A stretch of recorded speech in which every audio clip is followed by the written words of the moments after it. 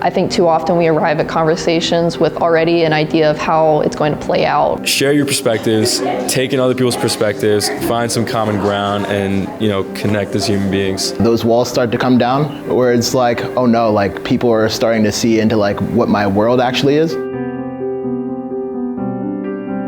It was fantastic.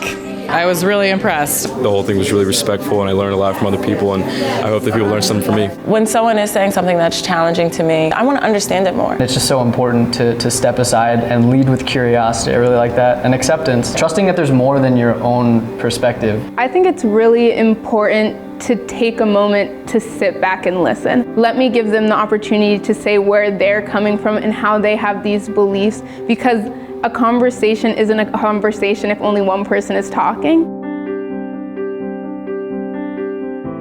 World in Conversation is doing two simple things. One is bringing people together in a way that humanizes people. And no matter what happens, humanizing one another is crucial. Two, once we see the humanity in each other, we think together and we think through all the differences that we have.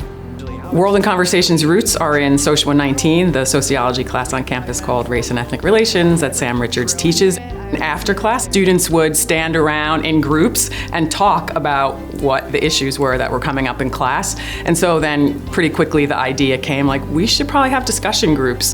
And then over the years, it just started growing because it was clear that students wanted to talk and needed to talk, and that was actually part of the educational experience.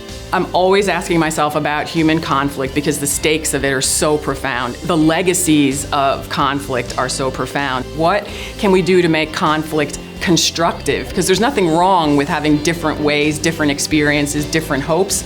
I actually think that's the beginning of a creative process. We're producing the next generation of adult leaders in government, in science, in arts, and if we want those people to be able to critically think, we need them to be able to face themselves in a circle of fellow humans and address what's really going on. World in Conversation at Penn State is really a tiny little thing on the planet.